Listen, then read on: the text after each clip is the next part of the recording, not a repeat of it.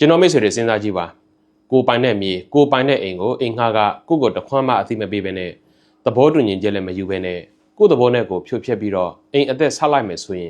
်ကျွန်တော်မိတ်ဆွေလက်ခံနိုင်ပါမလားဒီနေ့မှာတော့အင်ရှင်အင်္ဂါပြဿနာနဲ့ပတ်သက်လို့မဖြစ်မနေသိထားရမယ့်ဥပဒေသင်ခန်းစာတစ်ခုအကြောင်းကိုမျှဝေပေးချင်ပါတယ်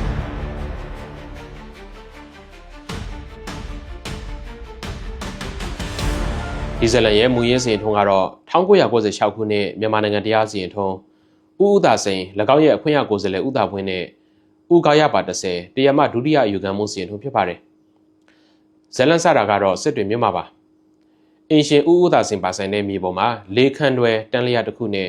6ခန်းတွဲတန်းလျာတစ်ခုရှိပါတယ်အဲ့ဒီအခန်းတွေမှာဦးကာယအပါဝင်အိမ်ငှား10ဦးကငှားရမ်းနေထိုင်ခဲ့ကြတာပါပြဿနာကဘယ်ကစလဲဆိုတော့အဲ့ဒီအိမ်ငှား10ဦးဟာမူလတစ်ထပ်တန်းလျာကိုအင်ရှင်ရဲ့ခွင့်ပြုချက်တစုံတရာများရှိဘဲနဲ့သူတို့သဘောနဲ့သူတို့ဖြိုဖျက်လိုက်ကြပါတယ်ပြီးတော့အဲ့ဒီနေရာမှာပဲနှစ်ထပ်အဆောက်အုံတစ်ခုကိုဆောက်လုပ်ခဲ့ကြပါတယ်ဒါဟာအင်္ဂါတရားရဲ့တာဝန်ကိုအကြီးအကျယ်ဖောက်ဖျက်လိုက်တာပါပဲဒါကြောင့်အင်ရှင်ဦးဦးသာစိန်ကတိမခံနိုင်တော့ဘဲနဲ့1992ခုနှစ်မှာအင်္ဂါ10ဦးစလုံးကိုဖယ်ရှားပြီးဖို့စစ်တွေမြို့နယ်တရားရုံးမှာတရားစွဲဆိုပါတော့တယ်ဥပဒေအရပြောရရင်1960ပြည့်နှစ်မြို့ပြဆိုင်ရာငှားရမ်းကကြီးကြပ်ရေးအဥပဒေပုံမှန်12တက်ကာကြီးဒုတိယပိုင်းဖြစ်တဲ့အင်္ဂါတာဝန်ဖောက်ဖျက်မှုနဲ့စွဲဆိုခဲ့တာပါအမှုဆက်စစ်ပြီးတဲ့အခါမှာမြို့နယ်တရားရုံးကရောရခိုင်ပြည်နယ်တရားရုံးကပါအင်ရှင်ဘက်ကနေအနိုင်ပေးခဲ့ပြီးတော့အင်္ဂါတွေကိုဖယ်ရှားပြီးဖို့အမိန့်ဒီဂရီချမှတ်ပေးခဲ့ပါတယ်အင်ရှင်နိုင်သွားပြီဆိုတော့အင်္ဂါတွေဆင်းပေးရပါတော့မယ်အဲ့ဒီလိုဆင်းပေးဖို့တရားရုံးကဆောင်ရွက်ရတဲ့လုပ်ငန်းစဉ်ကိုဥပဒေလိုဇာရီမှုလို့ခေါ်ပါတယ်1994ခုနှစ်မှာအင်ရှင်ကအင်္ဂါတွေကိုဖယ်ရှားပေးဖို့ဇာရီမှုဖွင့်လိုက်ခဲ့ပါတယ်ဒီအချိန်မှာအင်္ဂါ10ဦးဘက်ကအကွက်ဆင်ပါတော့တယ်သူတို့ကတရားရုံးကဘာသွားရှောက်လဲဆိုတော့ကျွန်တော်တို့ဆင်းပေးရမှာမှန်ပါတယ်ဒါပေမဲ့အခုကမိုးတွင်းကြီးဖြစ်နေတယ်အိမ်သက်ရှာဖို့လည်းခက်တယ်ခလေးတွေကြောင်းထားရမယ့်အချိန်နဲ့လည်းတိုက်ဆိုင်နေတယ်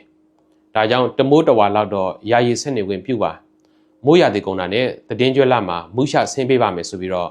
့တနာစပွဲအကြောင်းပြချက်တွေနဲ့ဇာရီမှုကိုဆိုင်းငံ့ပေးဖို့ချထားခဲ့ပါတယ်အန်အိုဆရာကောင်းတာကမြို့နယ်တရားရုံးကသူတို့ရဲ့ချထားချက်ကိုလက်ခံလိုက်ပြီးဖယ်ရှားရမယ့်ကိစ္စကိုယာယီဆိုင်းငံ့ပေးလိုက်ပါတယ်ပြည်နယ်တရားရုံးကလည်းအဲ့ဒီအမိန့်ကိုပဲထပ်မံအတည်ပြုခဲ့ပါတယ်အင်ရှင်ဦးဦးသာစိန်အနေနဲ့တရားနိုင်ထားရတဲ့အင်္ဂါတွေကမစင်ပဲဆက်နေခွင့်ရောက်သွားတဲ့အတွက်လုံးဝမကျေနပ်ပါဘူး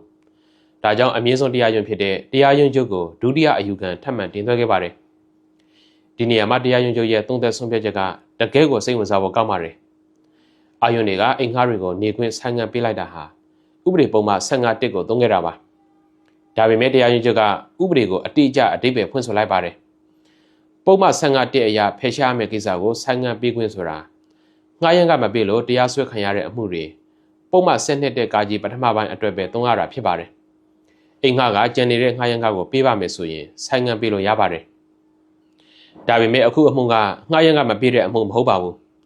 အင်ရှင်ခွင့်ပြုချက်မရှိဘဲအင်ကိုသဘောနဲ့ကိုဖျက်ဆောက်တဲ့အင်္ဂါတာဝန်ဖောက်ဖြစ်တဲ့ကိစ္စပုံမှန်12တက်ကာကြီးဒုတိယပိုင်းဖြစ်ပါတယ်အင်္ဂါတာဝန်ဖောက်ဖြစ်တဲ့ကိစ္စမျိုးမှာဖယ်ရှားဖို့အမိန့်ကိုဆိုင်းငံ့ပေးခွင့်လုံးဝမရှိဘူးဆိုတာကိုတရားရုံးချုပ်ကထင်ထင်ရှားရှားဆုံးဖြတ်ပေးခဲ့ပါတယ်။ငင်းကိုချုပ်ရရင်တော့တရားရုံးချုပ်ကအာယုန်ရဲ့ဇာရီမှုဆိုင်းငံ့ထားတဲ့အမိန့်တွေကိုဥပဒေနဲ့မညီဘူးဆိုပြီးတော့ပယ်ဖျက်လိုက်ပါတယ်